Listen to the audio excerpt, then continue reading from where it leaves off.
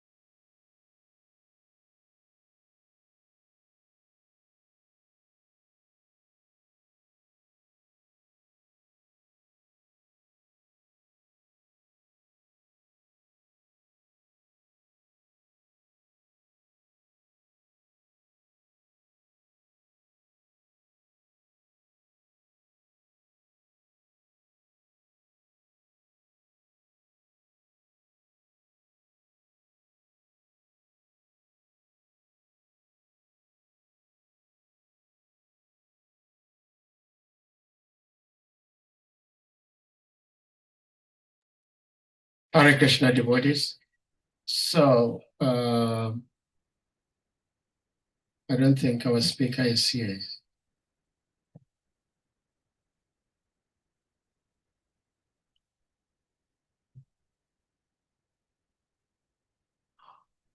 Om Namo Bhagavate Vasudevaya.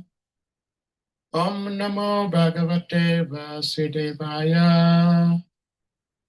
Om Namo Bhagavate Vasudevaya. Narayanam Namaskrityam Naram Chaiva Naram Krishna. Sadhu Prabhu, Ganga Prasad. The speaker has come. Oh, Hare Krishna. Prabhuji, sorry, we had a technical hitch. We still have it, but we're happy you're here. Yeah, it was difficult to log in. We are very, very sorry for this inconvenience. See, I'm still having issues. I couldn't even know you were here. So you may take over, Prabhuji. Hare Krishna.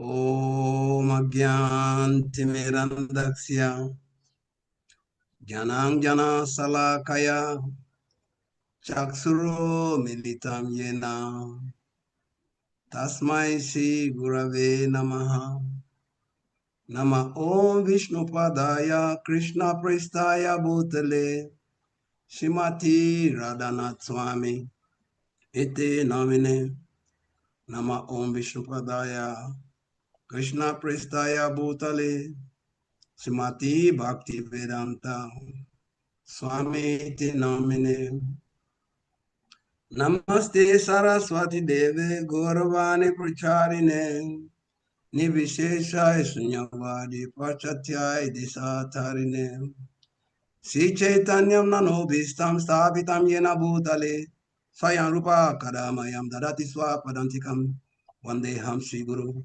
Sri Yuta Padakamalam Shri Guru Vaishnavam Syam Shri Rupam Sagrajatam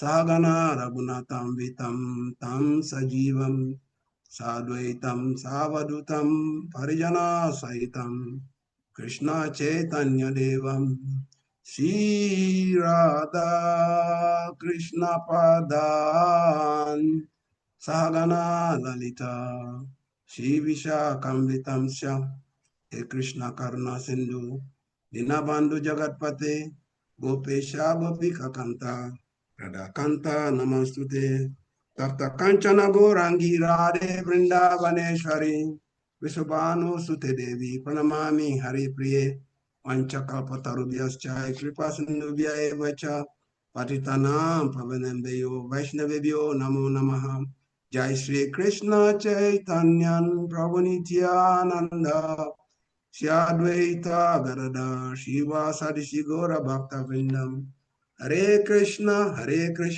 Krishna Krishna, Hari Hari, Hari Rama, Rama Rama, Hari Hari, Hare Krishna. I'd like to welcome everyone present and beg for your blessings that I may do this service with due diligence for my purification and for the benefit of the audience. Hare Krishna.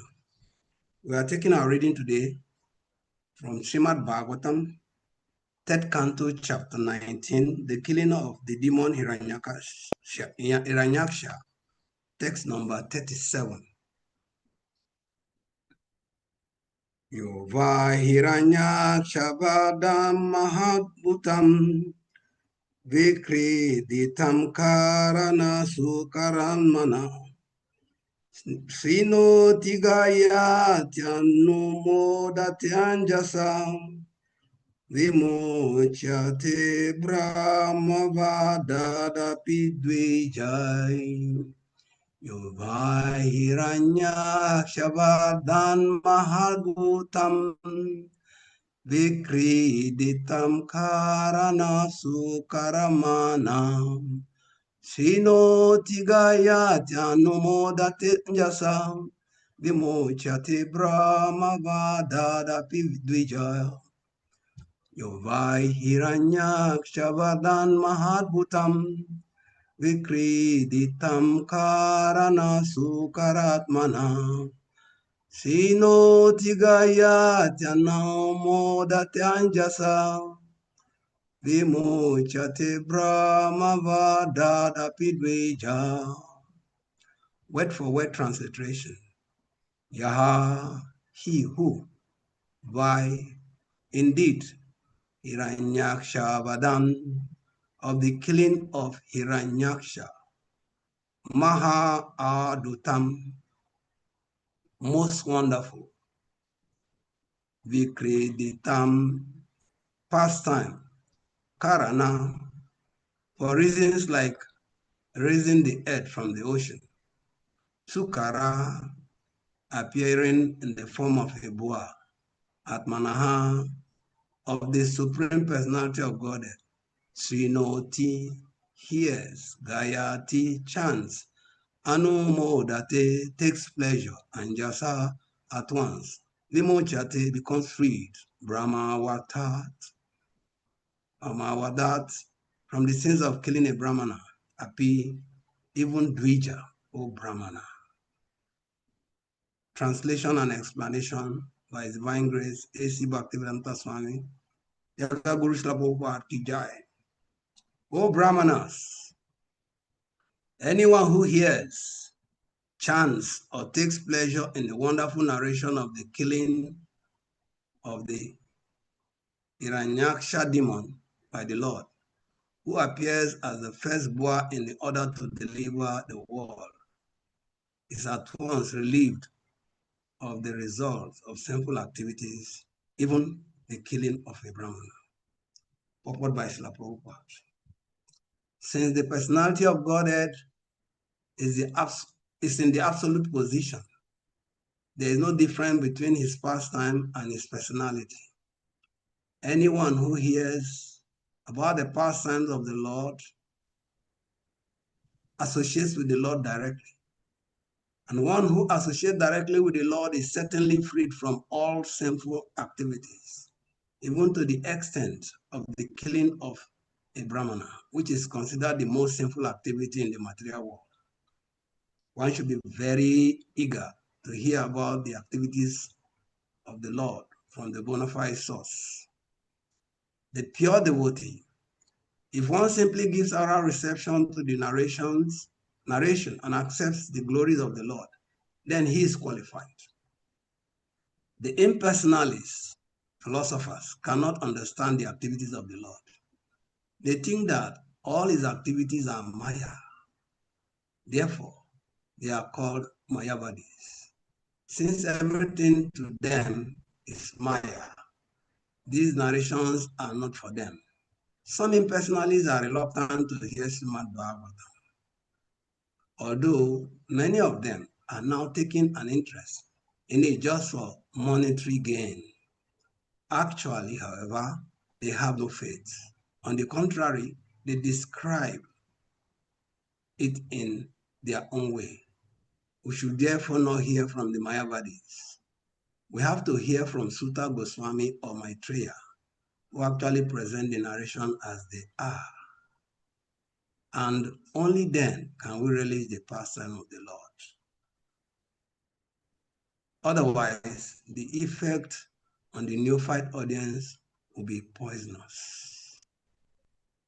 Umagyan ukankaroti vachalam pangam langa yategirim yakripatoma wande si guru natarinam yakripatoma wande Ramananda Madhava Sri Krishna Chaitanyan Ishwara Hare Krishna. We have journeyed a long way from Vaikunta to the death of Hiranyaksha. And at this very juncture, there is an emphasis on hearing the pastime of the Lord.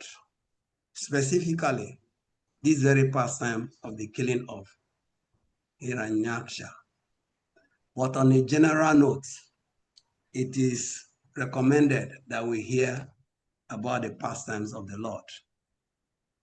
In Bhagavatam 1:18, it says, Nasta Priya Swabradi Sunityam Bhagavatam Sevaya, Bhagavate Uttamas Loke Bhakti Bhavati Nasiki. By constant attendance to the class of Srimad Bhagavatam and serving the personalities Bhagavatas, all that is complicated in the heart is completely destroyed. An irrevocable devotional service to the Supreme Lord takes place as an irrevocable fact. So hearing is very, very important. And Prahlad Maharaj himself enjoined this in the Navavida Bhakti, the 9 process of Bhakti. Hearing, Shravanam is very, very important. Shravanam, Kirtan, Vishnu, Smaranam, hearing, chanting, and remembering. These are very, very important aspects of our practice. And in the first canto, chapter 8, Queen Kunti, while describing various opinions about the birth of the unborn Lord, she mentioned, quoting, real reason for the Lord's appearance to rejuvenate the process of Shravanam, Smaranam, Artanam, etc., so that the conditioned soul might be freed from the pangs of suffering, Klishyamanam, caused by action, karma, caused by material desire, kam, caused by ignorance, avidya. So the Lord enacted all his pastimes, not one, not two, all the pastimes, just for this purpose. And in our teaching, there are 3 very specific aspects that are emphasized. And Sambandha, acquisition of knowledge, and Abhideya, the process for application, and Prayojana. This text in the Subodhini of Gauranga Darshan Prabhu, he called it Phala Shruti. Phala Shruti means the fruit of hearing. And fruit of hearing, fruit comes after you executed, and then there is reciprocation. Fruit is harvest of whatever we planted. So in this very text, there is very good explanation and emphasis on associating with the personality of God. He mentioned here that the personality of God is absolute, it's in the absolute position. This is not new. The Bhagavatam opens with that. Bhagavate Vasudeva. Yesterday opens Bhagavatam like that. And then in many places also, it has been emphasized that Krishna is the supreme personality of Godhead. And here in the 10th text of chapter 2, it is mentioned that one's life desire should not be geared only towards sense gratification, but towards self-preservation, because human life is meant for inquiries. Atato Brahma Jignasa. This is the first aphorism of the Vedanta Sutras. So life is meant for inquiry. And this inquiry will come by exchange of speaking and hearing. And through that, we associate with the personality of Godhead. This text actually lays emphasis on what Sutta Goswami was mentioning in 1344. 1344 of Srimad Bhagavatam, Sutta Goswami was saying about this very process and secret. Process and secret of hearing Srimad Bhagavatam. And in the purport, Prabhupada was mentioning that one can see certainly the presence of Lord Krishna in the pages of Bhagavatam if one has heard it from a self-realized great soul. In the purport, he also is saying one should hear from people like Sutta Goswami, Sukadev Goswami, Maitreya Rishi. So that is a process that has to be followed. If really we want to have this fruit of hearing, you must hear from the right source. And we admonish, one cannot, however, learn Bhagavatam from a bogus hired reciter whose aim of life is to earn money out of such recitation and employ such earning in sex indulgence. This is an admonition. No one can learn Srimad Bhagavatam who is associated with a person engaged in sex life. That is the secret of learning Bhagavatam. Nor can one learn Bhagavatam from one who interprets the text by his mundane scholarship. So this is what Prabhupada was emphasizing here, that Bhagavatam, although many of them are now taking interest in it for monetary gain. That's what is Prabhupada is mentioning here again. They want to recite, and they want to make money, and they want to involve in sex life. So Prabhupada went further in that purport to say, one has to learn Bhagavatam from the representative of Sukadev Goswami. It is emphasized here also. We have to hear from Sutta or Maitreya, who actually present the narration as they are. And only then can we release the pastime of the Lord. So Prabhupada emphasized that, and is repeated here in this very text. Sutta Goswami is a bona fide representative of Sukadev Goswami because he wants to present the message which he received from the great learned Brahmana Sukadev Goswami as he had it from his great father.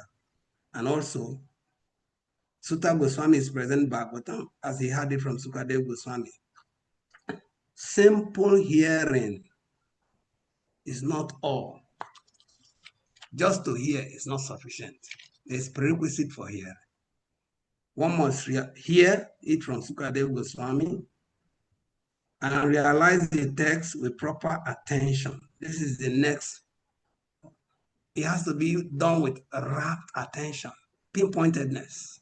If we intend to gain this fruit of hearing, you see, there's process, there's also secret.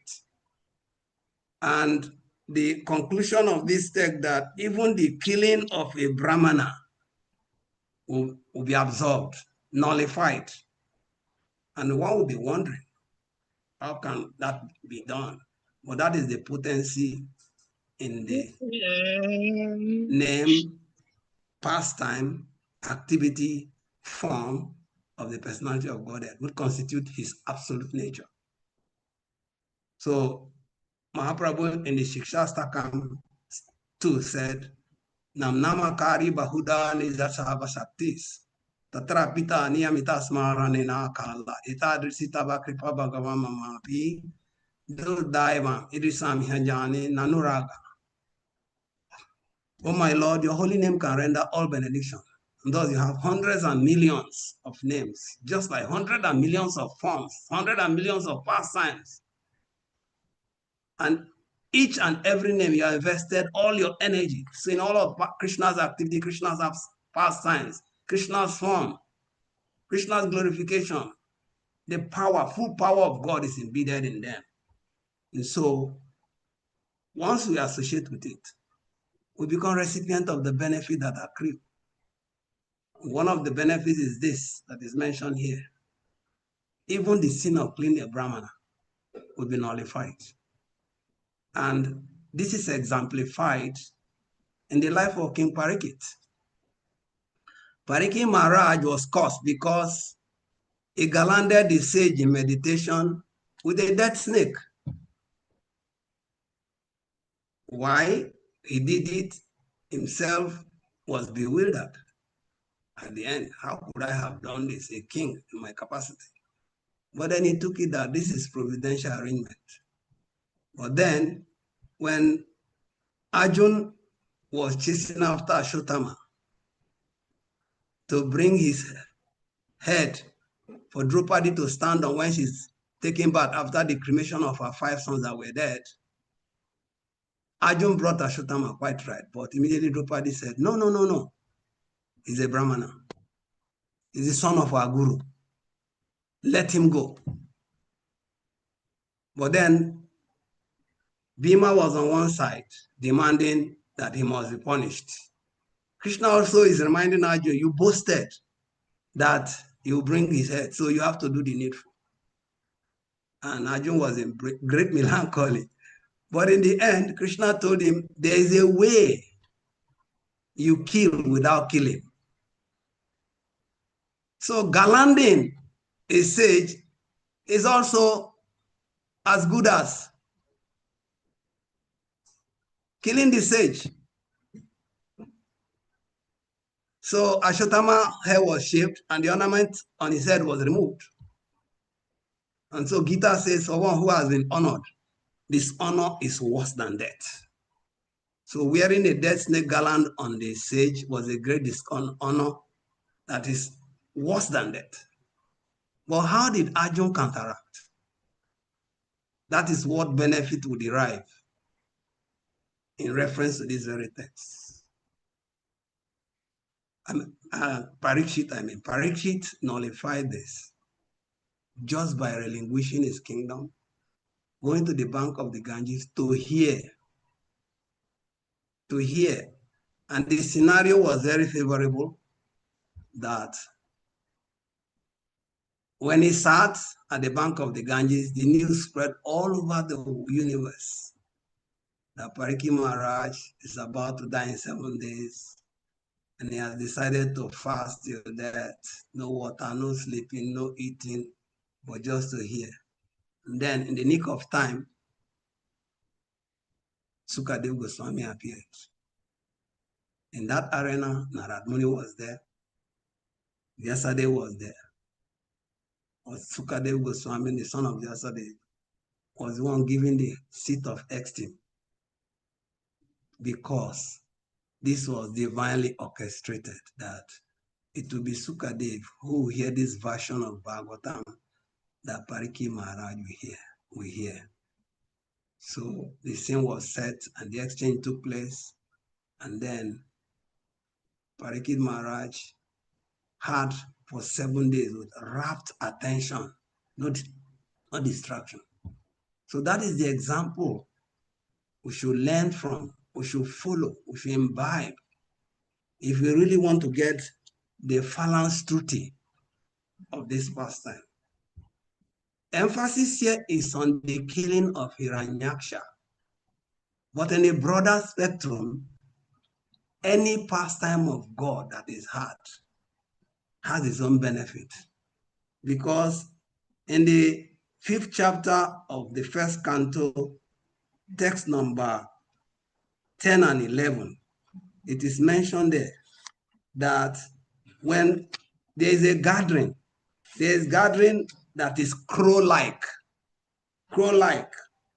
And what is there that is described? That those words which do not describe the glories of the Lord, who alone can sanctify the atmosphere of the whole universe, are considered by saintly persons to be like unto a place of pilgrimage for crows. Since the all-perfect persons are inhabitants of the transcendental abode, they do not derive any pleasure there. So Grammy kata and also many other kata that is not connected to Krishna will not give this benefit of Falansuti. But in the next text, he said that Tadvag Visago Janata Gaviplavo Yasmin Pratislo Kavit Vadatiapi Namanyanantas Yayason Kitaniyat Srivanti Gayanti Griyanti Sadava. On the other hand, that literature, which is full of description of the transcendental glories of the name, fame, form, pastime, etc., of the unlimited Supreme Lord, is a different creation. Because it's a different creation, that is why it can give this magnitude of benefits. Full of transcendental words, directed towards bringing about a revolution in the empire's life of the world misdirected civilization. Such transcendental literatures, even though imperfectly composed, are heard, sung, and accepted by purified men who are thoroughly honest, thoroughly honest. So the benefit is there. It's not going to change, but we, the receptors, are the ones who determine how much we take from this very scenario. And we can see throughout the whole of the scripture, this is what we are encouraged. Here, here, here. Chant, chant, chant. Remember, remember, remember. Worship, worship, worship. So if we do, sure, benefit is there. So this very text gives us ample description. Anyone who hears about the pastime of the Lord, he directly associates with the Lord. What does that mean? The Lord is supremely pure. And in our impure condition and state, how is it possible for us to associate with the Lord? Well, simply by oral reception. Through the ear, we can hear. But even hearing also has to be from the bona fide source. In Parampara, from Krishna, Narad Muni, Vyasadeva, Sukadev Goswami, Sutta Goswami. Here in this text, Prabhupada lay emphasis on Maitreya Muni also. So we have to apply our oral reception to the right source, and then with a particular mindset of being nivista, absorbed, rapt attention. The rapt attention is not there. All the mechanisms are there, but the benefit will not accrue. So this benefit is assured. Bhakti Bhavati Nasike is assured, irrevocable to happen. So it is important that we hear Srila Vishwanath Chakrabarti in his own commentary on this. He said, this verse encourages even those with material desires to listen to these pastimes. It doesn't matter where your situation is. Make sure you take advantage, benefit yourself. Hear about the pastimes of God, because there's so much of benefit embedded in them. So much, so much. And that one of the great achievements that this platform is achieving, that on a daily basis for years in a row, Bhagavatam is spoken, chapter after chapter, text after text, and it's still ongoing. This is a facility that is made to achieve this. And Krishna in his infinite mercy has made available unlimitedly. So the practice is what is on us. And that's why in the Chatusloki of Gita, it meant Machita, Margata, Pranam, Buddhayanta, Paraswaram, Katayanta, Shamam Nitya, Tusyanticha, Ramanticha. The thought of my devotees dwell on me. Their life is dedicated to my service, and they derive great satisfaction and bliss by always conversing about me. So Queen Kunti did not mix words when she said that Krishna came to rejuvenate the process of Sravanam, Smaranam, Adhanam, etc. Krishna enacted unlimited pastime. This text is mentioning something about wonderful. This text, wonderful pastime of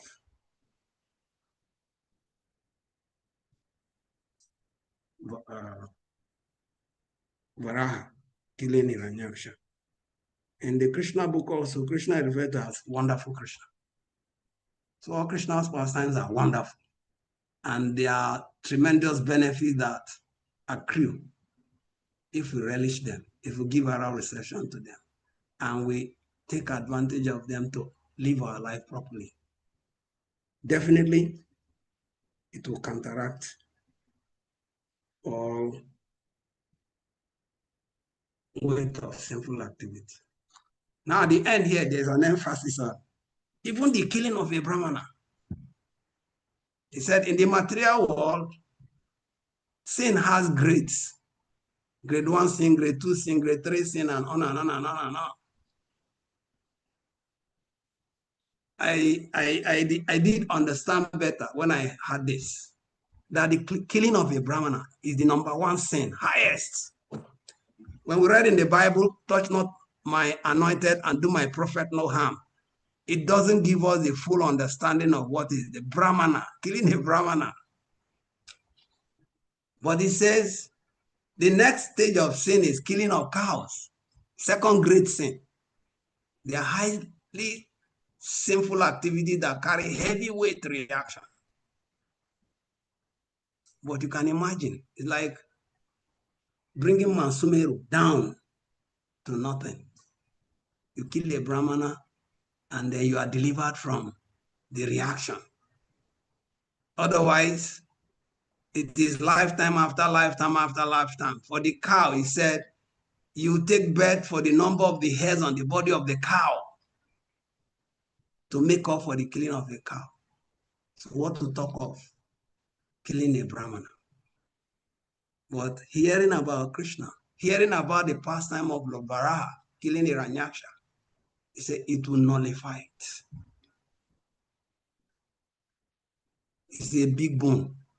It's a big benediction. So can go on and on and on, read again and again, hear again and again, but as I recommended there, from the right source.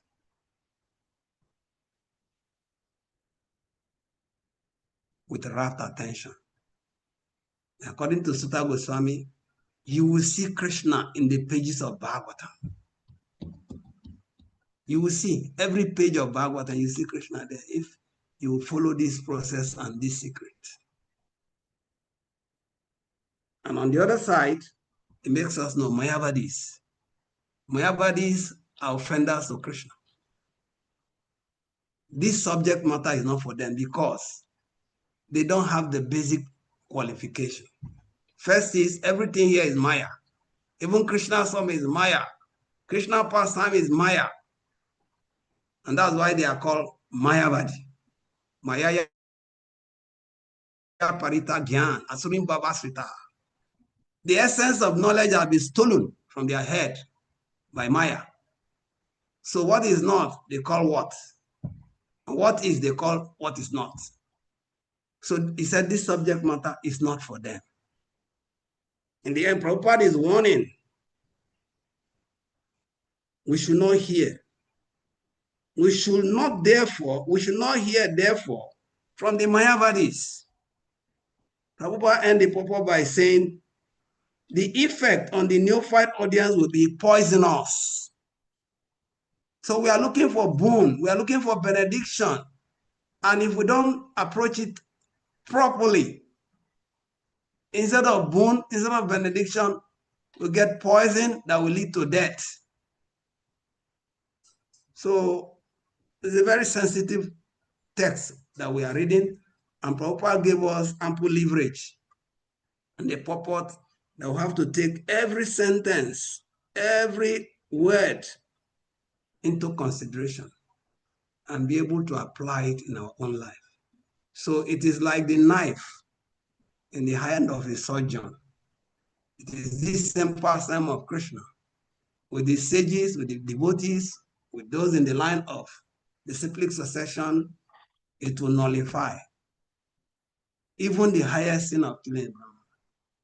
But if it is hard from Mayavadis, it is like Narottam Das Thakur said, having taken this human form and I failed to serve Radha and Krishna, I have knowingly drank poison. So onus is on us. If we want to drink poison, nobody's going to stop who wants. But then they say a word is enough for the wise. If you want to enjoy nectar and boon and benediction, then please take advantage of Hare Krishna Africa platform and any forum where there is discussion about Srimad Bhagavatam with rapt attention. So that way only we can associate with the personality of Godhead, always in the company of God. But sometimes we think, oh, it is only when we physically are with God that we are with him. But the one term here is used, absolute. It's in the absolute position, not relative position, absolute. Anything connected to him is absolute. King Parudra wanted by all means to have the association of Chaitanya Mahaprabhu. But Mahaprabhu kept denying him. And the king was feeling very dejected. But then with the plea of Mahaprabhu's associates and great devotees in the association, Mahaprabhu said, okay, him I will not see. Because there's a lesson in that, Visayi. Those who are very worldly, he says you should avoid the association, be very careful with them. So the king is world man. So Mahaprabhu did not want to associate with him. Rather, he said they should bring his son. The son came and he gave him all the association and benediction. And then the end, he gave his tadia, cloth paraphernalia of the Lord. He gave it to them to give to the king. This is where absoluteness comes in. Whether it is the artistry, whether it is the dress of the deities, whether it is the scripture that talk about him, whether it is form on the altar, they are all in absolute platform. Absolute platform. And so no aspect of what is connected with him should be minimized, no aspect. That is why we may not understand, but in Krishna consciousness, we learn a lot of things. How to venerate, how to preserve, how to associate. If you are holding a paraphernalia and it falls on the ground, when you pick it up, you venerate it remorsefully by touching your head. Okay? The scripture, Kavichandra Maharaj was mentioning when we were in Warri recently. They brought one Krishna book. It was very, very tattered. Maharaj said, is there no other better version? That this is Krishna. If it's become this dilapidated, you should dispose of it. There's always a fresh version, but continue to associate with it in that is disrespectful. It is minimizing. So, and you don't keep it on the ground. But when we go to the church I know, the Bible can be kept on the ground and you step on it and then you carry it here. And even the Bible, when it has been used for very many years, The back cover may have gone, but they are still padding it on the chest for preaching. But it's not different from the personality of God. So we should culture them, and especially for Bhagavad, they said Bhagavatam should be worshipped as you worship Krishna on the altar, or the deities on the altar. You worship Bhagavatam. So if you do that level of veneration, where is it that you will minimize it? It doesn't happen. It will not happen. So we are very fortunate. We are benedicted, blessed. But to he whom much is given, much is expected.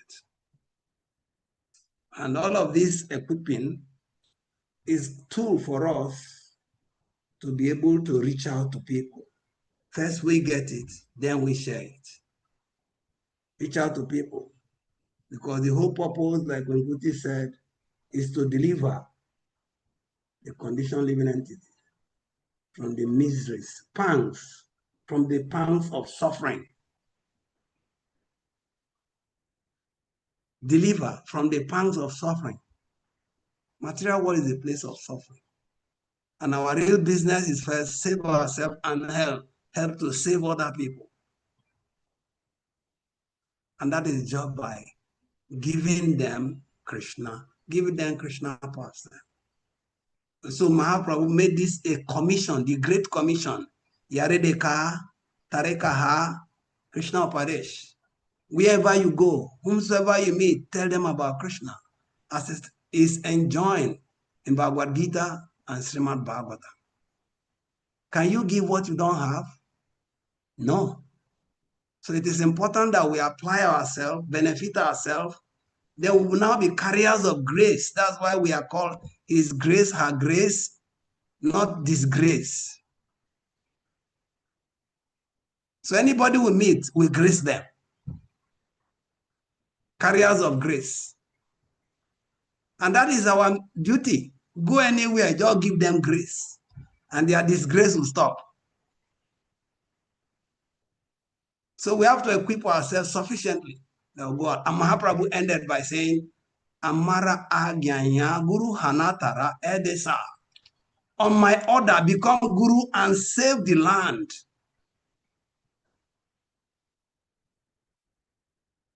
You don't need ballistic missiles. You don't need nuclear weapons. You don't need atomic weapons. You don't need so many things that people consider as important. You only need to know about Krishna's person. That's why in the discipleship course it mentioned that to be a guru, only two things. Only two things. You must be very conversant with the scriptural injunctions.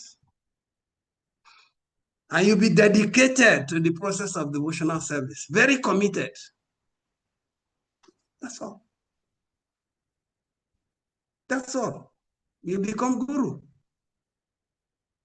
So if we are convinced, conversant with this, that this is the medicine, Bhavo Shadi, it is the medicine to cure the suffering condition of the living entity in the material world. So we should apply for ourselves. And we should cheerfully, willingly give it to others out of compassion. They may beg for it, they may not, but our duty is compassion. Give it to them. He said, the person who begs, he will beg out of humility. It takes humility to beg. But the person who gives, he gives out of detachment.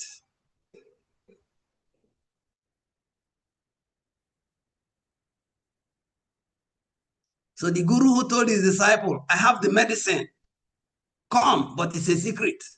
Don't give it to anybody. Ramanuja Acharya. And he gave him the mantra. And the disciple ran out to the marketplace and shout, come, come, I have the medicine. He was not concerned about his own safety alone or his own salvation or his own benefit alone.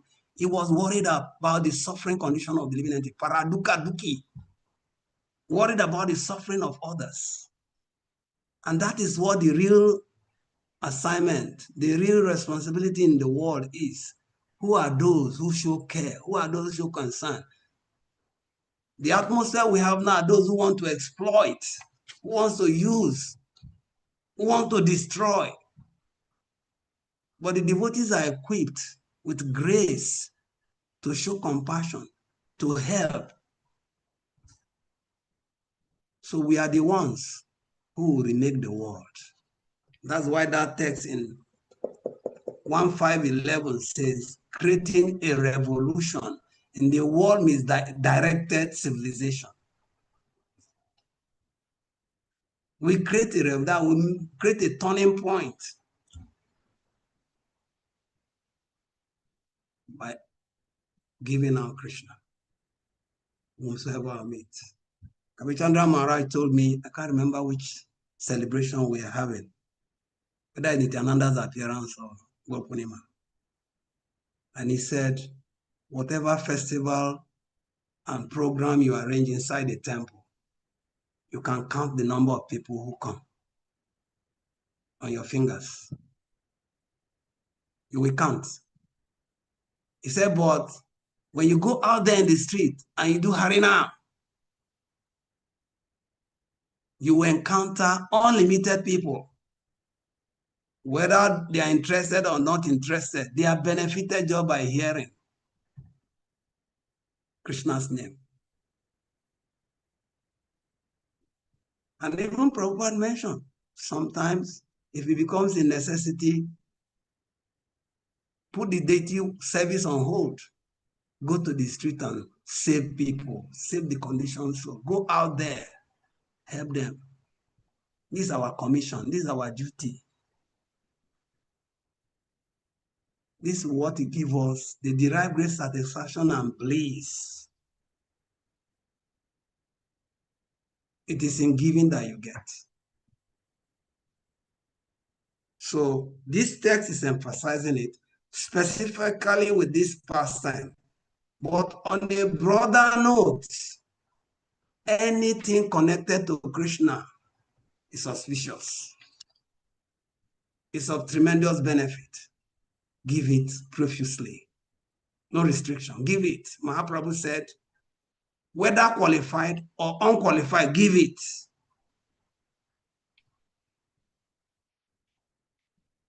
And Srila Vishwanath Chakrabarti mentions here, even those with material desires, they are encouraged to listen to this pastime. It will make an overhauling. It would detoxify them. But the important thing is following the footsteps of Sutta Goswami. Sutta Goswami, he said, Sutta Goswami said, when that great sage, when Sukadev Goswami recited Bhagavatam, there in the presence of Emperor Parikshit, I heard it. I heard him with rapt attention. And thus, by his mercy, to see the flow, rapt attention automates mercy. I learned the Bhagavatam from that great and powerful sage. Now I shall try to make you hear the very same thing as I heard it from him and as I've realized it. So you cannot give what you don't have. So first, let us apply ourselves. It is not for other people's benefit. Let us benefit ourselves first. Then we can now joyfully go and dispense of it to people in general. And our life will be perfect. And the world will become a perfect place for all of us to stay. So emphasis here is on hearing the pastime of Krishna. So Gauranga Darshan Prabhu call it Phala Struti, the fruit that accrue from hearing. Sutta Goswami said, I drank through the ear. Not from the mouth, from the ear he drank. So let us also drink and then be able to give others to drink. Hare Krishna. Are there questions? Hare Krishna. Contributions? Comments? Yeah, Hare Krishna. Thank you so much. Dear devotees, like our revered speaker said, if anyone may have questions, comments, reflections, you may want to ask or share, please indicate as usual by using the hand emoji or your physical hand, and you'll be asked to unmute to ask your question. I'm Sadhita Prabhu. Yes, please, you may unmute. Krishna, your grace. Please, can you accept my special obeisances? All I gratitude, accept, I reciprocate. and all grace, wonderful as I would devotees. And thank you so much for the wonderful class. Yes, Hare Krishna. yes, I have this question. If, like Yatra, when we are pulling, you broke up. We didn't hear what you said. I didn't hear that last portion. Which yatra?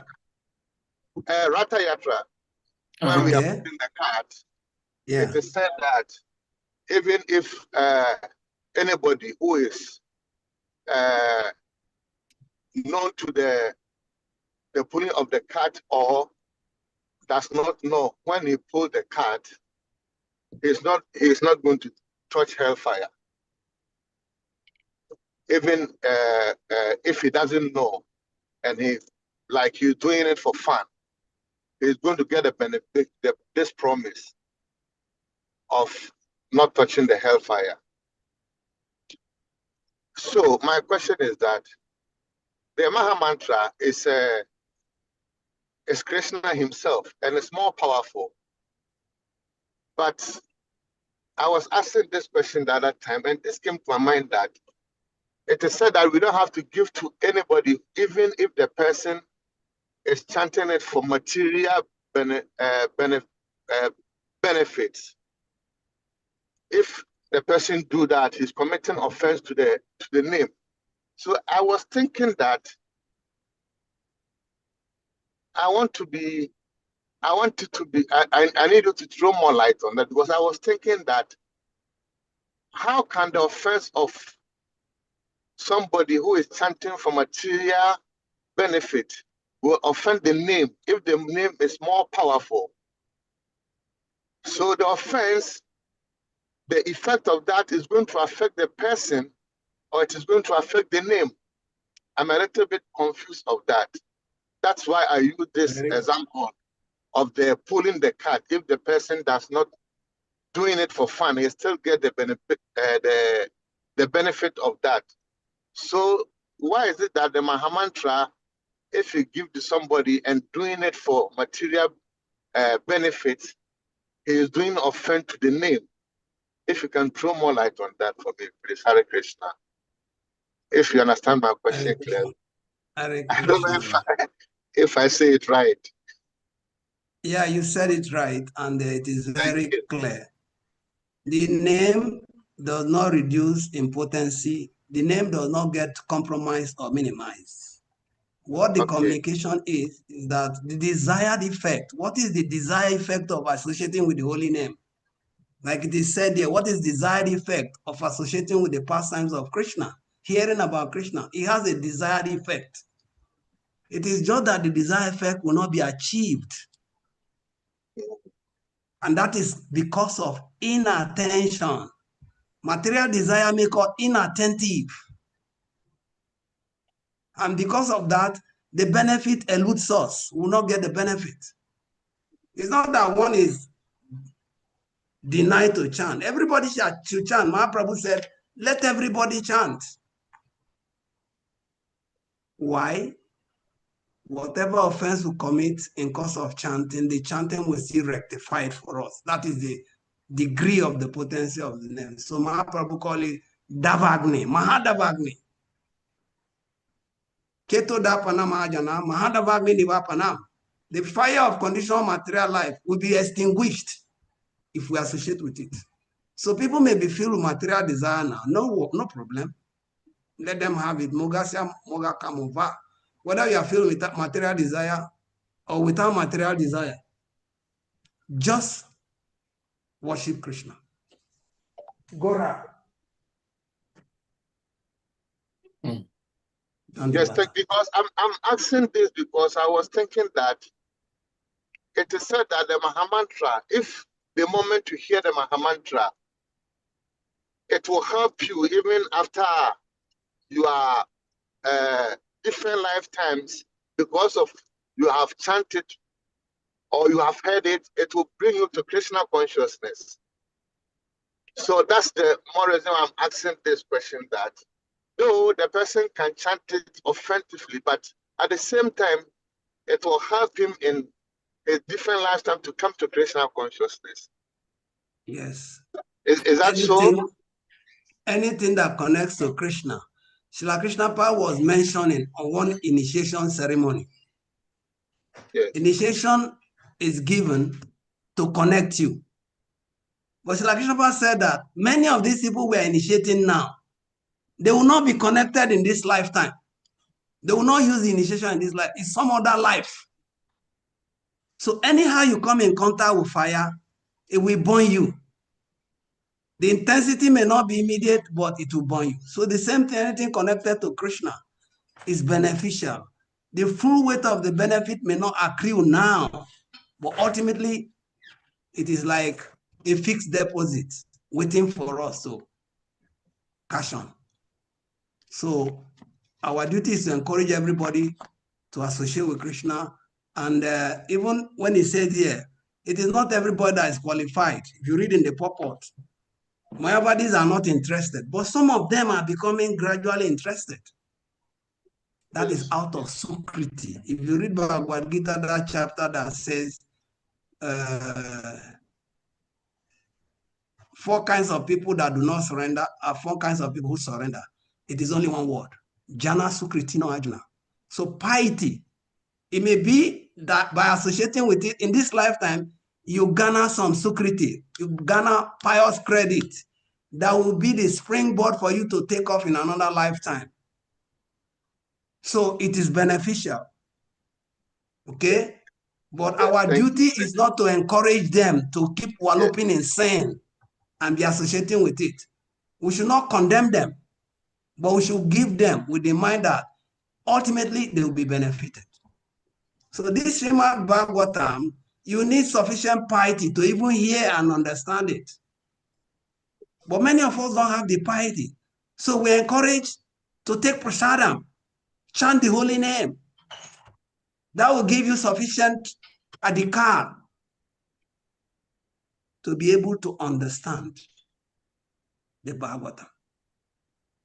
So hearing is not a board, but it should not be given with the intention to enhance our material gains. Gora. Okay? Thank you so much. Thank you. Just excuse me 1 minute. I have an emergency call. 1 minute. All right. Hare Krishna. Dear devotees, we thank you so much, and especially our revered speaker, His Grace GANGA PRASAD PRABHU. We thank you so much, and on behalf of Hare Krishna Africa, we sincerely offer our apologies to you in particular and all the congregational audience here for the technical glitch we had at the beginning of this Sangha. I personally have a little bit of attention deficit. So I would like to say this before I forget. And that is, Maharaj Yudhishthira, at one point, he himself and his brothers were thirsty, and they were looking for water to drink. and they found a pond that they wanted to drink water from. And a personality came and started asking them questions that he controls that pond and they need to answer his questions before they drink. And all four brothers of Yudhishthira went, one after another. They could not answer the questions, so they died. Until Maharaj Yudhishthira himself went. And one of the questions he was asked was, what is the most amazing thing in this material world? And Maharaj Yudhishthira perfectly answered that it's death. That in this world, everybody sees their loved one dead, they see others dying, yet the living entities think that they are not going to die. So where am I getting to with this story? I just received this sad news that our own brother here, Govinda Prabhu, lost one of his nephews just yesterday. And he was very young. And even though I'm not Krishna, we are not Krishna, we do not know exactly what is the fate of this individual, but he was trying his best. He was not a full-fledged devotee, but he was very, very affectionate to the devotees and to the process. But he died prematurely. His name is Nana Ajaman. And I would like to put his photo on the screen and also beg the whole assembled Vaishnava devotees, those who are present here now and those who may be listening to this recording, this tape, either today or tomorrow, that devotees are very merciful, that they may offer their prayers to the Lord for his smooth transition. So I'm sorry to bring in this, but I wanted to do that before I forget. So this is the devotee, the one in the middle. So these are cousins. The lady here and the young man here are biological siblings. And this is a son to another sister of the mother of these two devotees here. So the one in the middle here is Nanajaman, who lost his life abruptly just yesterday. So we seek the blessings of all the devotees to please offer your blessings upon the departed soul of this individual. So just as we're saying, if Krishna wills, he may be granted a higher dimension and a better opportunity in his hereafter. So this is our humblest request to all the devotees, that you offer your blessings and grace upon him. Thank you so much, Hare Krishna. And can enjoin everybody to chant Hare Krishna mantra easily to facilitate him. So we can do that immediately. So we may all unmute then. Hare Krishna, Hare Krishna, Krishna Krishna, Hare Hare. Hare Rama, Hare Rama, Rama Rama, Hare Hare. Hare Krishna. Hare Krishna. Thank you so much for that. I just have one little input to make, Prabhu. Okay. You said he died abruptly, and you said he died young, and this. There's this saying that the person who dies first is the eldest. Whether he die after 1 year or 2 years. Take the case of King Chitraketu. He got that one son, and then he was told by the sages, this will be the source of greatest happiness for you, and the source of the greatest misery. He didn't mind what the misery would look like. Just give me the son. And he got the son. And because of that, he neglected 9,999 wives. And they plot coup d'etat. They poisoned the little child, unknown to them. But it was when the sages came and he was lamenting that the sages said, we told you, but then let us solve this riddle. They brought the dead boy back to life. And the boy started speaking and telling him, you say you are my father. How do you know? And how do I know you are my father? I've had many fathers in this lifetime. And I've completed my stay on this planet or on the material world. I am going back now. So if you compare this now, he died very tender, young, but he's a very old person. So the saying is, it is death that determines who is older. Who died first is the oldest person. Otherwise, if age is the consideration, the young shall grow. Then the young people will continue to stay and all the old people will die.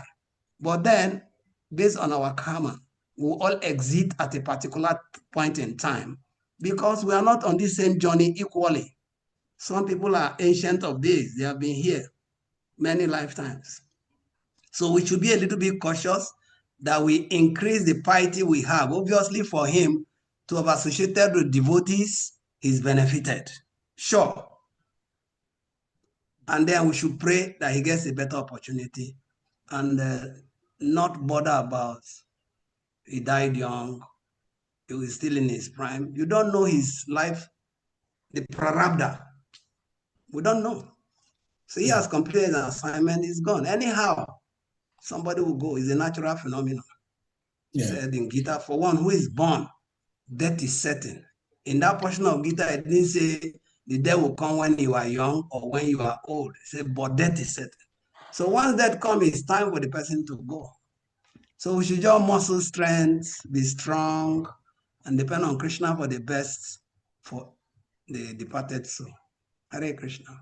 Hare Krishna. Thank you so much, Prabhuji. So continuing with our discussions on this particular theme, there is a question in the chat room, and I would like to read so that you may help answer this concern. It says, Hare Krishna, Prabhu, please accept my humble obeisances. Please help me understand this. And this is the question. The scriptures say that anyone who hears this story, that is this story of Hiranyaksha and Sri Varaha, at once is relieved of even the heaviest sinful reactions. If our past bad karma is cleared so quickly by hearing, why do I still struggle, or why do we still struggle with old negative material desires in our daily lives? Does the seed of the habit take longer to dry up than the reaction itself? So this is the question from Elam Prabhu. Hare Krishna.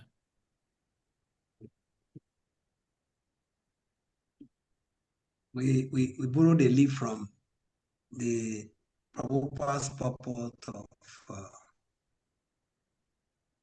the teachings of Sutta Goswami in 1344.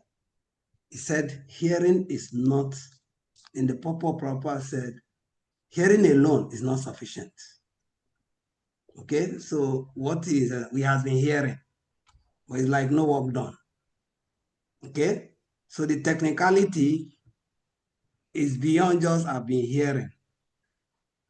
Hearing alone is not sufficient. Prabhupada says somewhere, simple hearing is not all, but something has to be added. One must realize the text with proper attention. Realize proper attention means absorption, wrapped. That's where Nivista came in.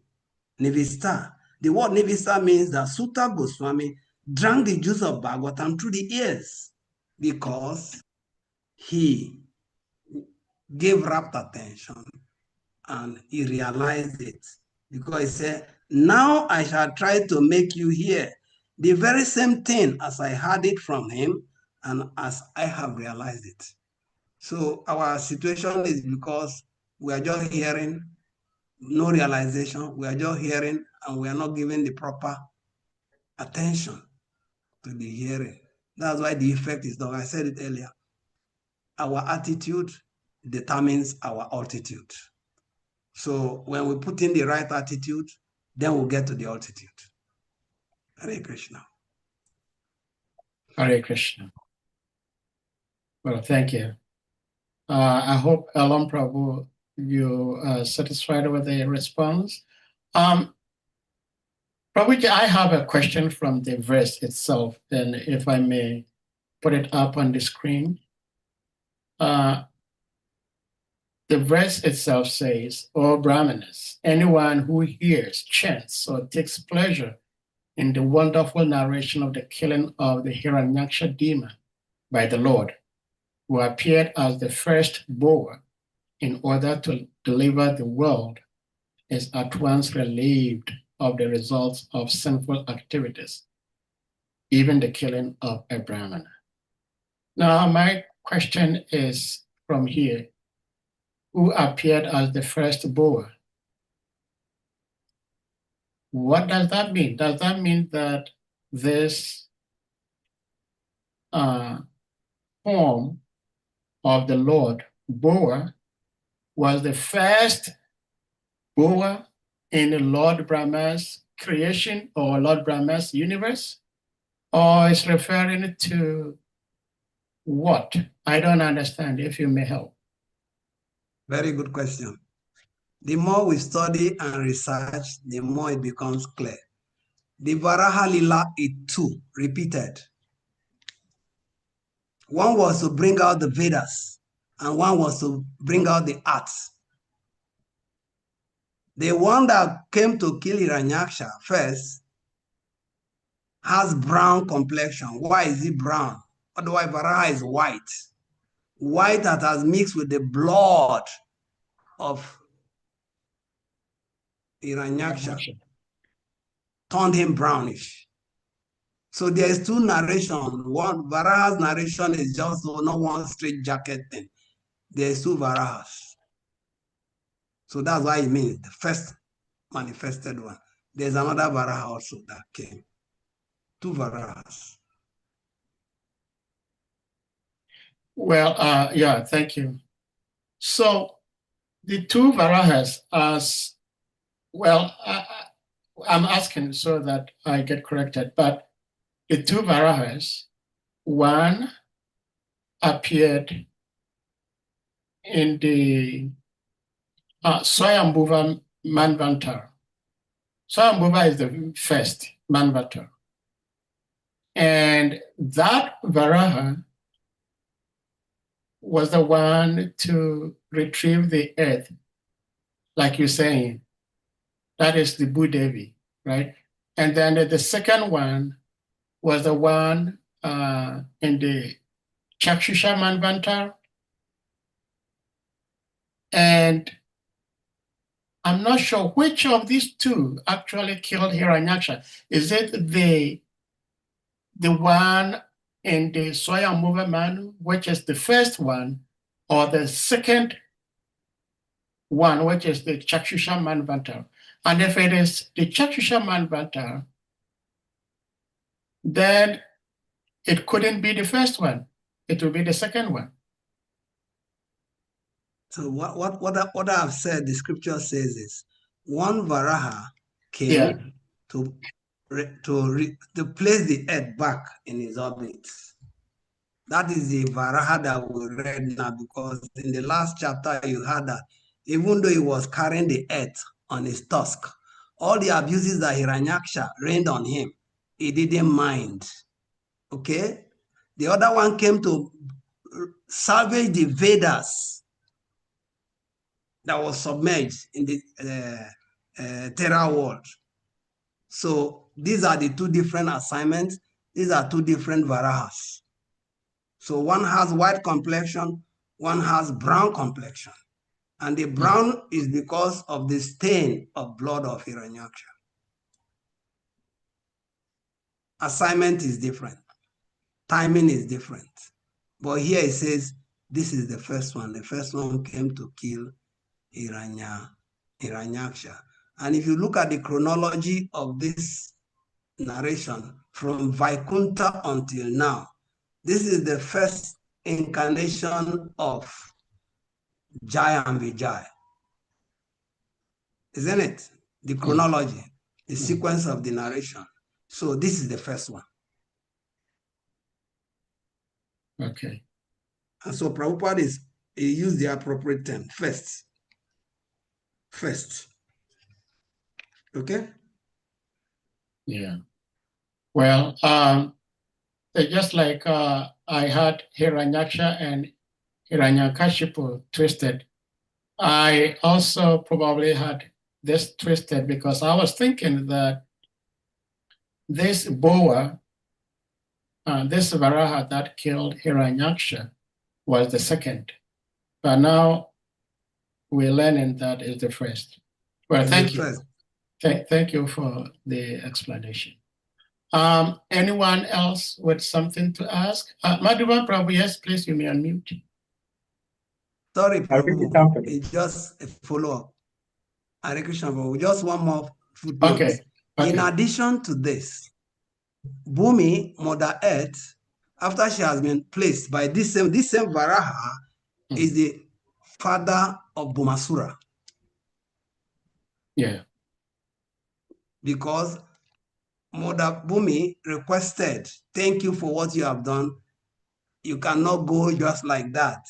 I want to have a baby for you. So, and that is how he benedicted her with a son and left. But then he came again as Krishna to kill him because of his heinous activity. And why did Bhumasura become an Asura? Because he was associating with demoniac Vina. So he imbibed all the demoniac traits.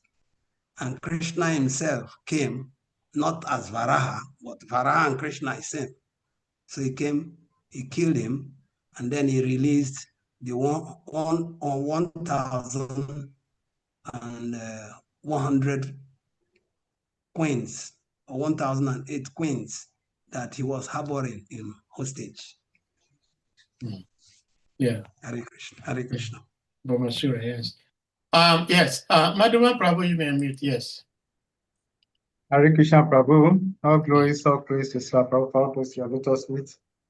Thank you very much for being there for us. We're always happy seeing you around. And thank you very much. There's so much benefit from your lectures. So thank you. That is because you are benefiting by your hearing, not because what I say. Thank you, Prabhuji. Thank you so much. I can see that so much emphasis is given to hearing.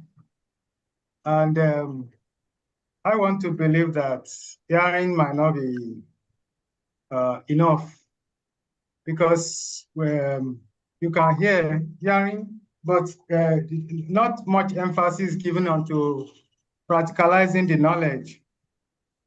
Because hearing is just like being theoretical. Sometimes someone can hear so much and can narrate so much, but if he never took much time in trying to apply himself with the knowledge, trying to practicalize it, because if knowledge is not practicalized, there is no question of realization. If you tell me a truth now, I have to verify by practicalizing it. Then in the course of time, I realize that what Prabhu was saying is actually true. So I think that emphasis should be more also on how we practicalize, because we have so many people who knows this scripture very much, but you can see that it doesn't have so much effect in their daily lives. Their character, they are still being controlled by all these different mode of passion, ignorance. So sometimes one start wondering why this an old devotee, but it's not even like a advanced devotee. And just like was stated in Bhagavad Gita 9:2, that the knowledge is the king of knowledge, and because it gives direct perception of the self by realization. So please, Prabhu, I want you to dwell a bit more on practicalizing this our knowledge. Not just Very good. Thank you very much. It's a thoughtful question. And first, we have to understand the basics. Sambandha Gyan, we're all in bondage. The first thing that removes us from bondage, like I said, Timirandaksya, Omagyan Timirandaksya. We are born in darkness of ignorance, but the spiritual master open our eyes with the torchlight of knowledge. Is it not when you can see that you are in ignorance that you can move Tamaso Jyoti Gamaya? You move from darkness to light. It is when you come to light that you start acting in light. You cannot be acting in light in darkness. So Sambandha Gyan is to give you a clear analytical understanding of the subject matter. Like Krishna said in the Chatusloki, first one, Aham Savasya Prabhu, Matas Padanit. Iti Matwa Bhajanti Man. One who knows. What is the effect of knowing?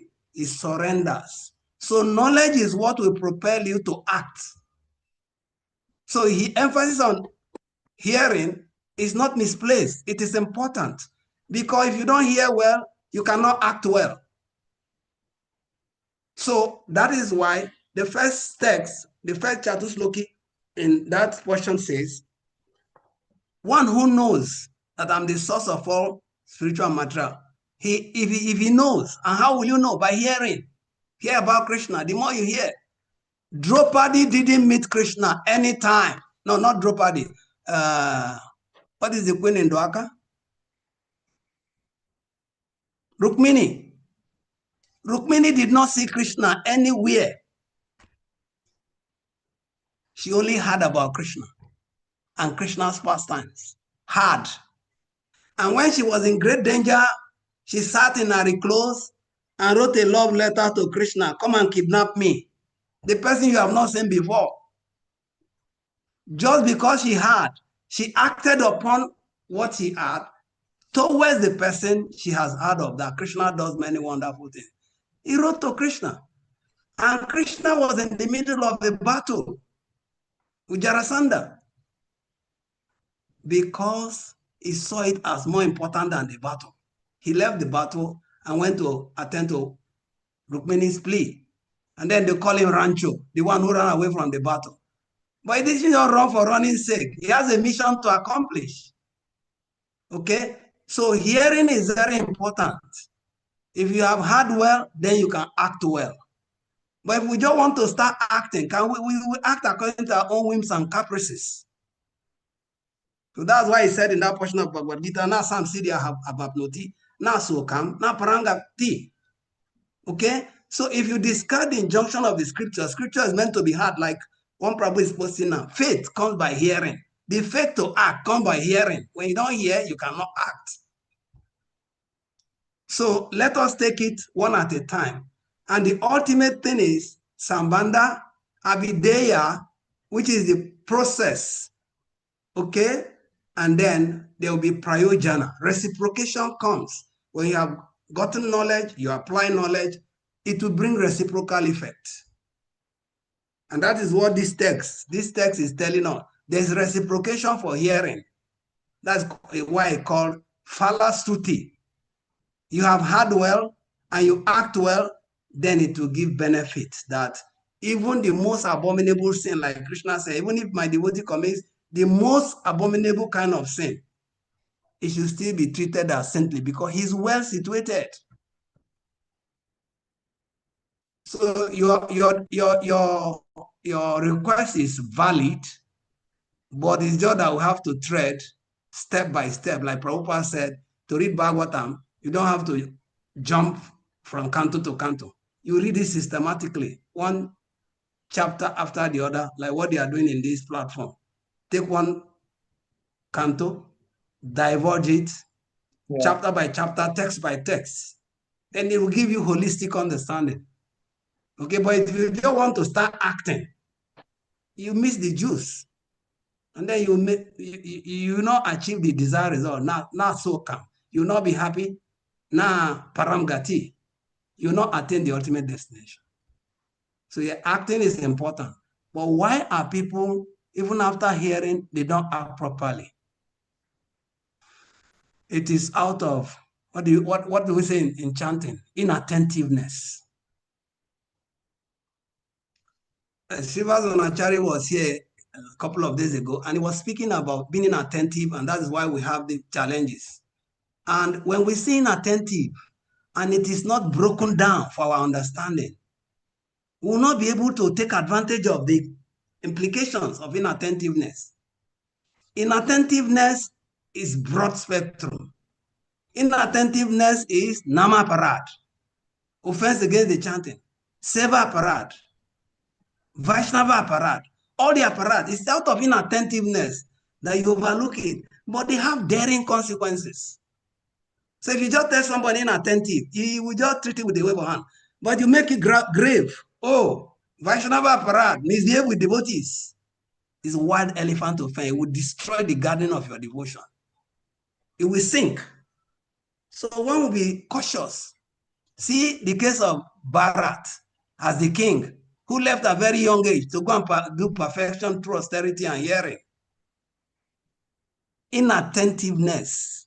He went to do his morning bath and he saw a deer that jumped into the water because of the roar of a lion, and he had miscarriage. And he was feeling compassion. Oh, let me care for the deer. But that is not your sadhana. It's inattentiveness. And he took the deer, he started taking care of the deer. With that, he started missing his round, he started missing his puja, and he was so deer conscious. And then the deer ran away, and he was lamenting. Then the deer came back, and then he was also speaking in tongues.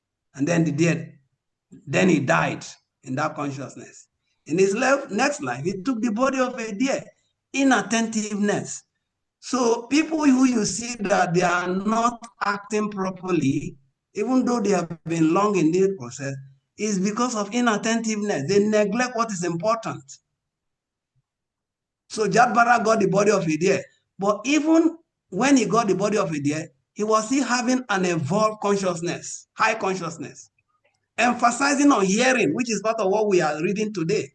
Jadbharat he took his body millions of miles in the mountains, but he was conscious to come to the same hermitage where he left the body, where he had lived, because of the Sravanam that is going on there.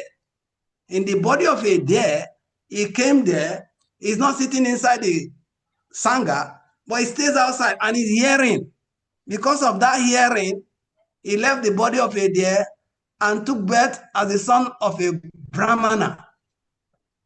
Because of his evolved consciousness, and because he has become mindful and attentive, he chose the path of a retarded person. He wasn't retarded.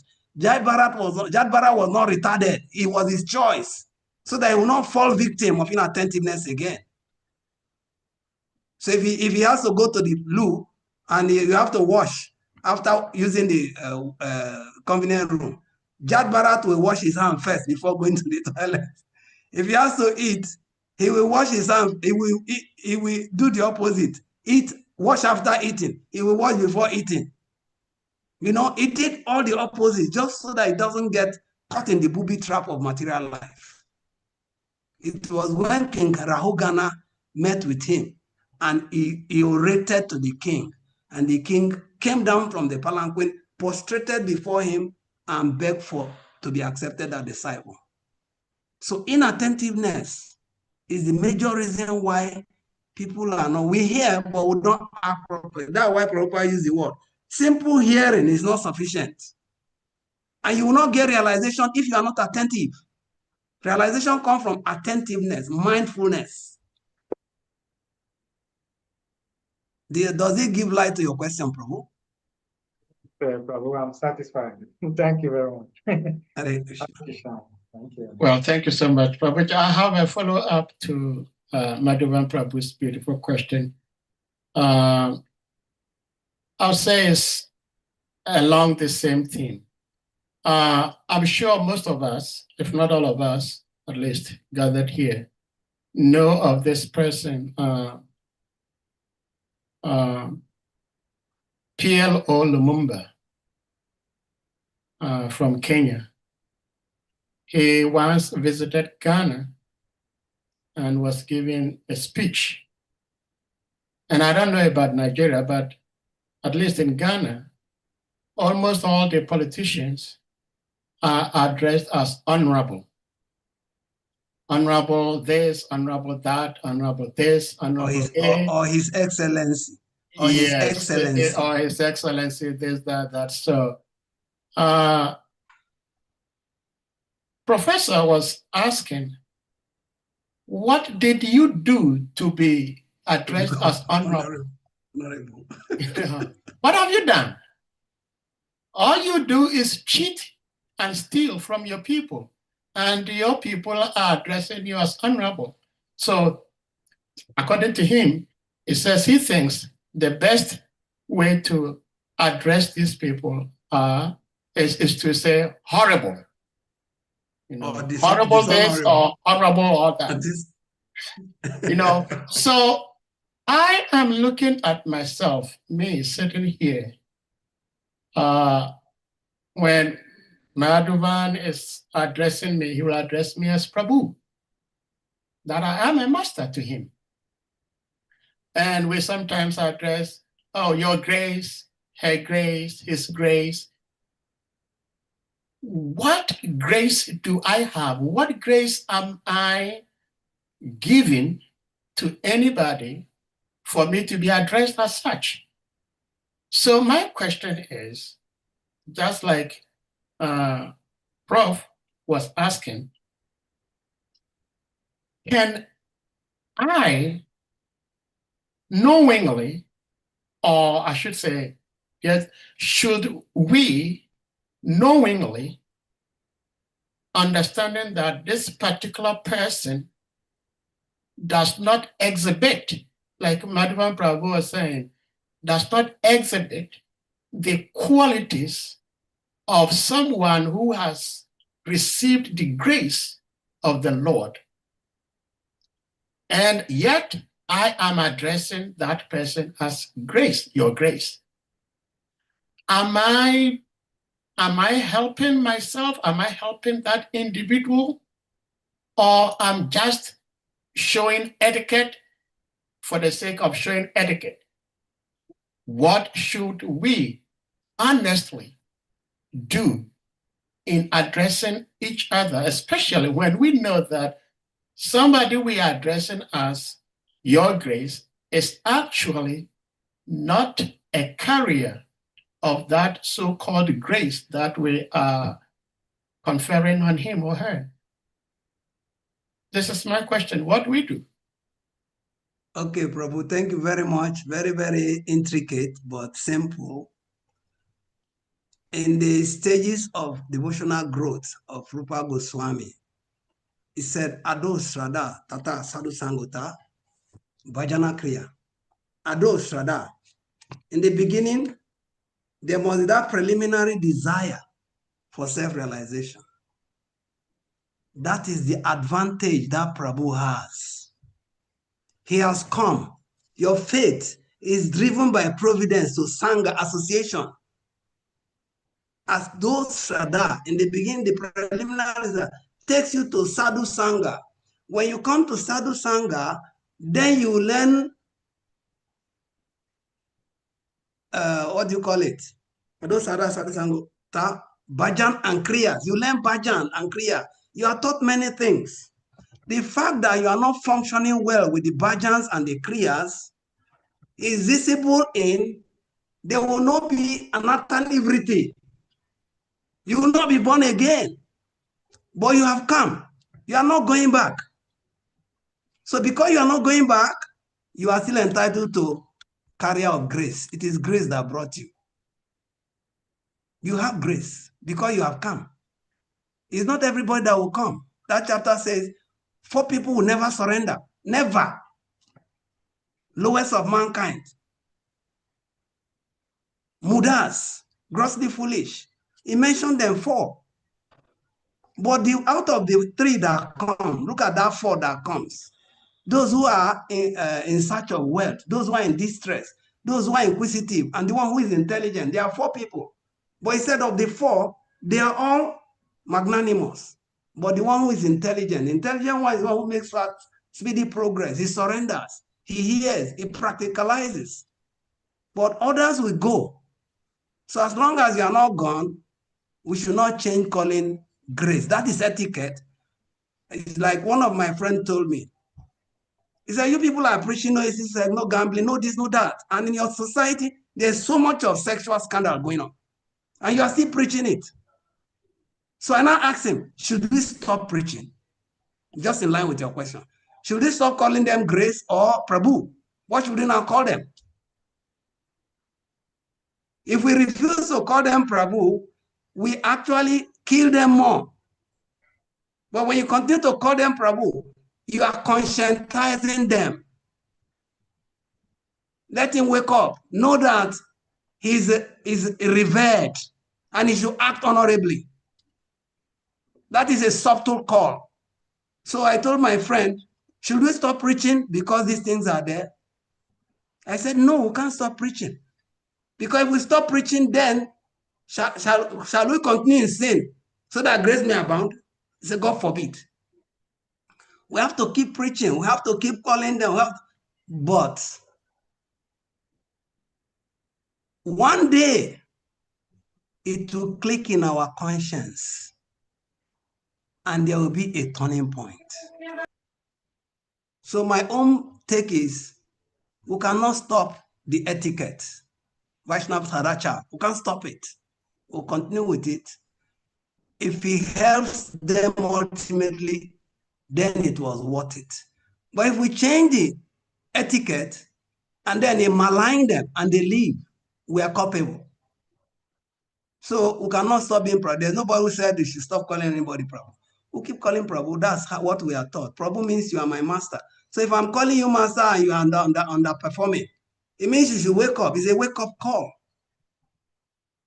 You know, this is what answer I can give. And by closely associating, then old things will pass away and new things will begin. So that is why in that stage, it's another nivriti. Bhajan and Kriyas, if it's properly followed, will bring another nivriti. And then from another nivriti will come nista. It becomes fixed, not shaking. From being fixed, taste will come.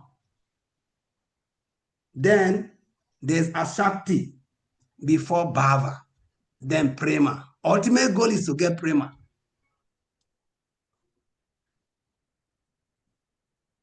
Bharat Maharaj has sojourned and attained bhava.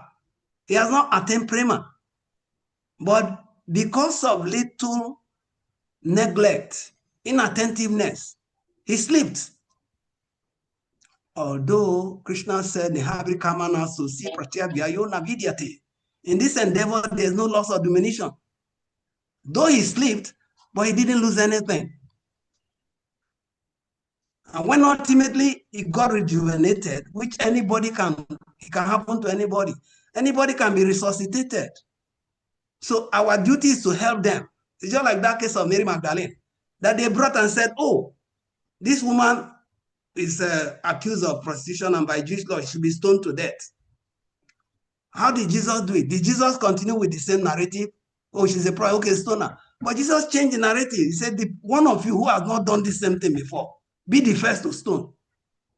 And he backed them. And everybody dropped their stone because they're all guilty. Who amongst us is not misbehaving? We're all doing. But we have to help each other. Why not help one another on the way to make it easy? So let's not stop venerating them. For the karmis, yes, they can call them dishonorable and whatever, because they are gross. But for devotees, we have to really put each other together. give our shoulder. Lean on me, somebody to lean in on. Hare Krishna. Hare Krishna. Well, thank you so much for the response. I think part of my concern you beautifully addressed, in the sense that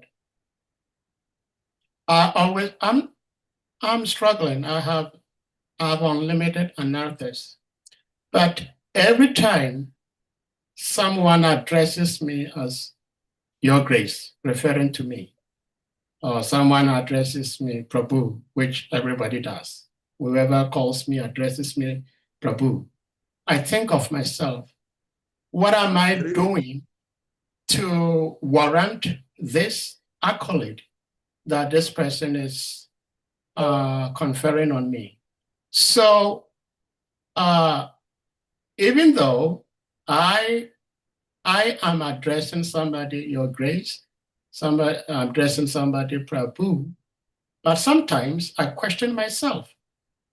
Does this person actually deserve to be addressed as Your Grace, based on what he or she is doing? Nevertheless, I do address him or her as Your Grace. But I think about this so that I do not just become complacent, that no matter what somebody does, just like the example you gave about Lord Jesus Christ and the Mary Magdalene. So if everybody followed that, then who will at any point ever dare to correct anybody? Because everybody has problems. And if nobody corrects anybody, then why do we come together? But the process of correcting is where the problem may come from. But correcting itself, I believe, is a necessity. It must be there. And that self-introspection, whether we befit the accolade conferred upon us, is something I believe we all should think about and try to live up to how and what we are being addressed. So that is why I asked that question. But like I said, because of etiquette, I will address everybody Your Grace. But sometimes certain people, I question myself, does this person actually deserve that I address him or her as Your Grace? But I do it anyway. And as I'm thinking about that, I am also questioning myself. That person could also think the same way about me. So if I am having some questions about why I have to address this person as Your Grace, her grace, that grace, then I should also live my life in such a way that there will be meaning to the way I am addressed. But thank you for the response to the question. Thank you so much. The day we change the etiquette, you are still contemplating. But the day you really break the jinx is when you start calling them his disgrace, her disgrace. As long as you've not done that, keep on thinking. Hare Krishna. Hare Krishna. The word is we thank you all. Anyone else with something to ask before we call it a day? It's been almost 2 hours. Okay, Madhuvan Prabhu, yes, please. Hare Krishna, Prabhu. Jai. Just a short comment, and I think it's important. When we pass judgment, we have to be very careful because passing judgment, we might not have all the information necessary to pass an accurate judgment. And I believe we can just advise people, and we shouldn't get disturbed if they either take our advice or not, because Jesus Christ even said that judge not and you shall not be judged. So, because sometimes when we judge the situation, we might even make wrong judgments because we didn't get all the detailed information about the situation. And Bob Marley also said that half of the story has never been told. So I think we should be very cautious. Hare Krishna. Thank you very much. This is one of the early lessons I learned in Krishna consciousness. I joined in a temple where I was the commander as a bhakta, and I was observing many things. And I think, oh, why should this happen? Why should that happen? You know? And at the point, because of the attitude I have, I got heavy, I got physical. Then when the temple president came, he said I shouldn't have gone this far. But the admonition is, don't think about it. Don't talk about it because of your own safety. If you keep thinking about it and you keep talking about it, you will do worse than that someday. So keep your head clean and watch what you say. It's for your own good. One early lesson I learned in practice of Krishna consciousness. Even in our preaching, are we the one who preach to people? We only say something, but the Lord in the heart is the navigator. He navigates the individual to come to join, and then he continues from there. Ours is just say something. Krishna perfected. So the same way, yeah, like Madhavan Prabhu said, who can with straw in our mouth. Prabhu, leave it there. Don't think about it, because it will affect you ultimately. Hare Krishna. Hare Krishna. Thank you so much. These are some of the intricate topics that the devotees are confronted with every single day. Thou shalt not judge. It's beautiful, but it's very shallow. My own Gurudev, His Holiness Bhaktivinoda Swami Maharaj, I will look for it and then share it. That oftentimes, those who want to do nonsense are the first to say, do not judge. Because they don't want you to say anything about whatever they are doing. We have judges in the courtrooms, and they are trained to decide on a case. It's just like criticism also. If we look at the dictionary meaning, definition of judge, one of such is that you correct a situation. One definition also states, where is it? I'll find it here. A person who is able or who is qualified to give an opinion on something.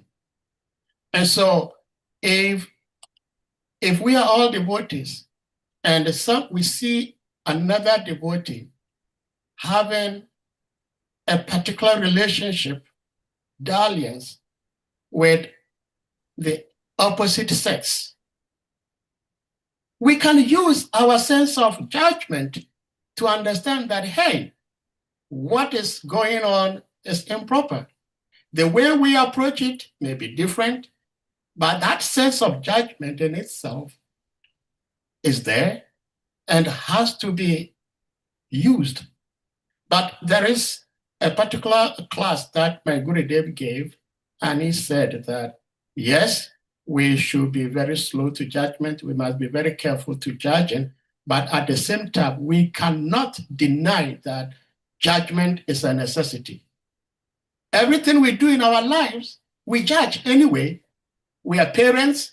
When our children do something we feel it's not right, we correct them. That correction is judgment. It's not like somebody saying, hey, you did this, so you're going to hell. No, but it's a correction. And so, like I said, the example Lord Jesus Christ gave with Mary Magdalene, if everybody did that in society, how would society be? There are many people who drive, and as a driver, one day you make a mistake, and run through the red light. If you run through the red light and you say, because I ran through the red light, somebody else ran through the red light, so it's okay. But the policeman will not say it's okay. So this is where I come from, that I am nobody, I am no better than anybody, but I will never let go of my sense of judgment. Hare Krishna. You are entitled to your opinion, but from your own words also, you said, from what you read, qualified, and you said judge in the court. If we want to act like judges in court, we have to wait until we are called to bar. The etiquette in our system is not to be blind or deaf, dumb, but there's a system. If you are not in position of authority to correct, like Chanakya Pandit said, it's only your biological children or disciple that you have the right to correct. You refer to the appropriate authority. Oh, this devotee, that's what I said. My temple president came and I put this matter before him and he corrected me. He said, don't think about it, don't talk about it. Because we may be busy talking it with other people and it is going into our own consciousness that when it will mature, we will do worse than what we see somebody doing.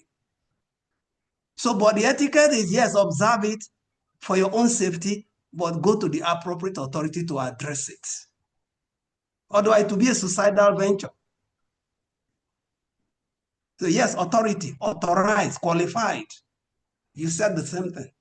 So unless we see ourselves as qualified, we cannot correct. We can only make comments, report to the appropriate authority. We advise. It is up to them now how they manage.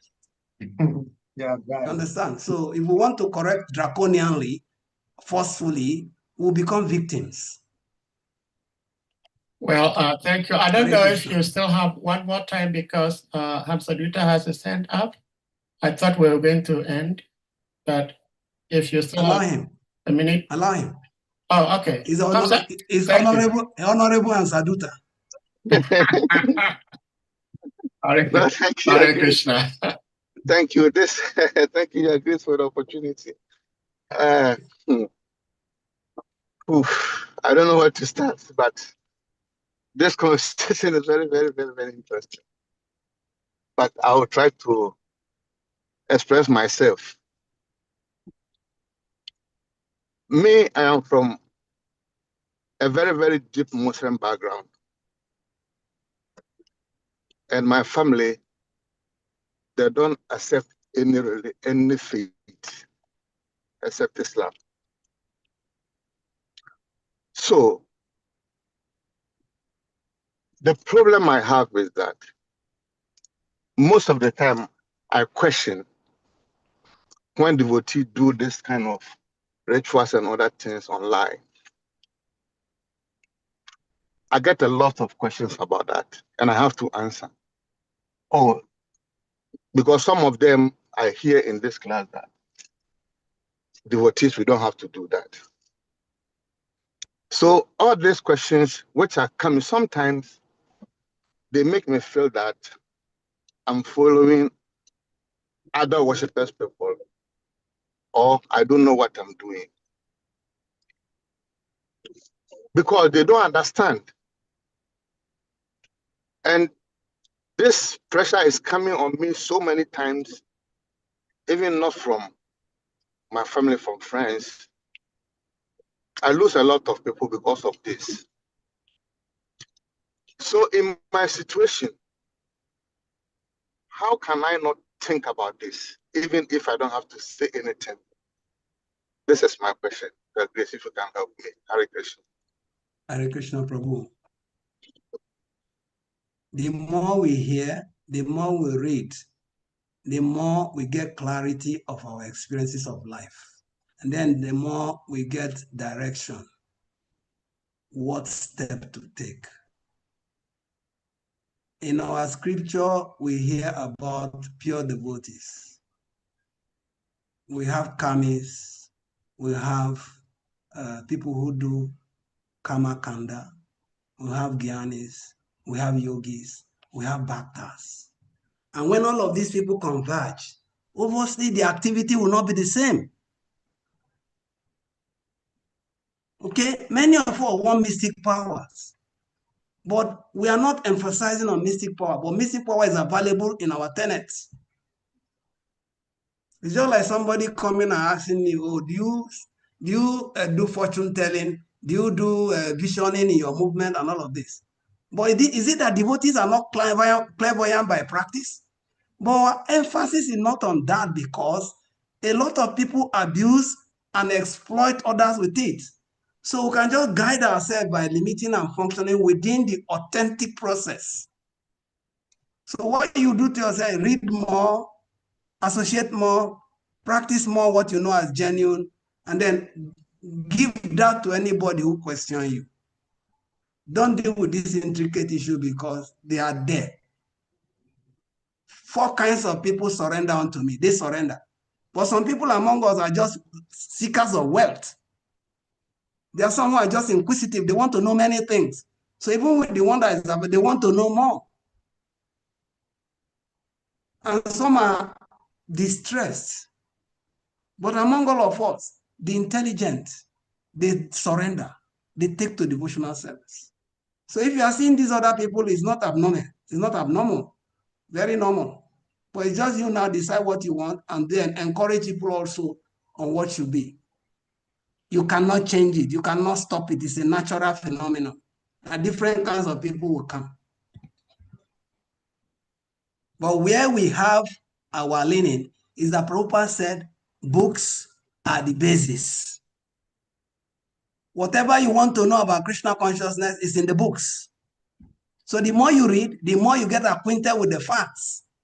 And then the more you are guided as to do's and don'ts.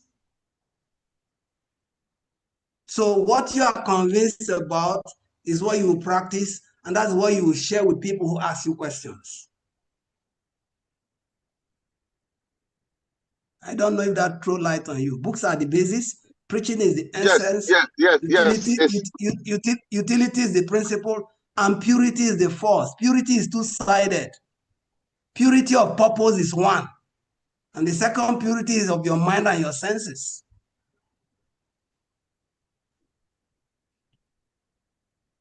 Hare Krishna. Hare Krishna. Hare Krishna. Okay, thank you. Thank you, Your Grace. Thank you. Yes. Ganga Prasad Prabhu, thank you so much. And more especially, thank you so much for your patience, as we had a very bad technical glitch at the beginning of this Sangha. And dear devotees, we thank you all for your patience and your participation in this wonderful Srimad Bhagavatam Katha. And we hope to see you all again tomorrow by Sri Guru Krishna's grace. We're talking about grace. Of course, Sri Krishna is the embodiment of grace. So while we, the Jiva Atmas, may not be able to pass on grace, the Supreme Lord certainly does, and he surely will. We also want to, again, express our condolences to our beloved brother, His Grace Govinda Prabhu, for the passing of his nephew, Nanajima. And through the hope of the devotees' prayers and well wishes, we are confident that Sri Guru and Krishna will prepare a better, higher place for him. So we thank you all, and we're going to humbly request you all to kindly unmute yourselves, and we all chant Hare Krishna Mahamantra. Okay, Ganga Prasad Prabhu, please go ahead. I just wanted to add a footnote to your condolence to Govinda Prabhu. Okay. Govinda Prabhu should take heart and keep confidence in the fact that at least 10 generations now, 10 generations in the past, and 10 generations in the future are going to benefit from the devotional service he has performed this far. There's nothing to worry about, Prabhu. Be consoled. Hare Krishna.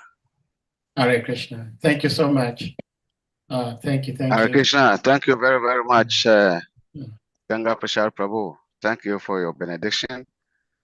And thank you very much, Sadhu Prabhu, and thank you, you all, the assembled devotees of the Lord, and thank you for your best wishes for this gentle soul. With all your prayers and your love towards this very soul. I know Krishna always listens to his devotees. And so I believe that this soul is very fortunate that in his passing away, all these great devotees are wishing him a very, very auspicious time, auspicious moment, and auspicious prayers for his next destination. So I believe Krishna, since he listens to his devotees, Krishna will listen to all of us and give him a very fine body for him to again maybe become a devotee and continue to serve him. So I do thank you very, very, very, very much for the bottom of my heart. Thank you. Hare Krishna. Hare Krishna. Hare Krishna. Very well. So, devotees, we humbly requesting you all to unmute and we all chant Hare Krishna Mahamantra. Jaya Hare Krishna, Hare Krishna, Hare Hare Krishna, Krishna, Krishna, Krishna, Krishna, Hare Hare Hare, Hare Hare Hare Rama, Rama, Hare Hare Rama, Hare Rama, Rama, Rama, Rama Hare Hare. Rama, Hare Hare, Pancha kalpa tarubhyaschа Jaka kripa Patribhya sindhubhya Pacha, Ketanam Pavanabhyo Pavanabhyo Vaishnavabhyo Vaishnavibhyo Namo Namaha. Ananta Koti Vaishnava Jai. Vrinda ki Jai. Jai. Glories to Jai Jagat Guru Srila Prabhupada Prabhupada ki ki Jai. Jai. Glories to our beloved speaker, His Grace Ganga Prasad Prabhu ki Jai. Jai. Hare Krishna. Hare Krishna. Salika Prabhu, you are the host.